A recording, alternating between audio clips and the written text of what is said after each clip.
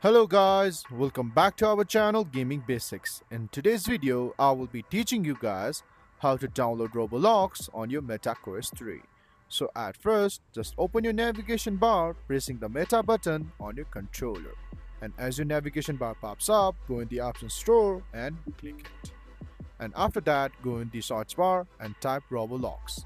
As you type it, the space pops up on your screen. And after that, go in the option install and click it. As you click it, the application will start installing on your MetaQuest 3. So guys, that's how you download Roblox on your MetaQuest 3.